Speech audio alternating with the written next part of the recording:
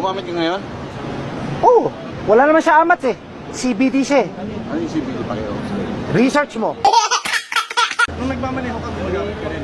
Gumagamit? Oo. Hindi ako tumitigil gumamit. Gumagamit ako araw-araw. Pagising ko hanggang matulog ako, kahit tumatay ako, gumagamit ako. Oh my God! Sinabi mo hindi ka daw pwedeng huliin dahil anong dahilan? Bakit? Because under the law, ha? Under the law of God sa Bible, you cannot touch me. I am God, I am Jesus Christ. Hindi totoo yan. Bola lang yan. You're the son of God? Yes. Paano mo nasabi, sir? Ha? Paano mo nasabi na you're a God? I am untouchable. What? Pero sir, ano masasabi niya? Pinasasa na kayo ngayon. This is illegal.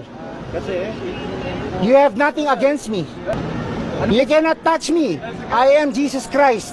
Sir, ano ba? Lahat kayo, lahat ng kaluluwa nyo akin. Kaano-ano yung si Mama Mary? Nanay ko.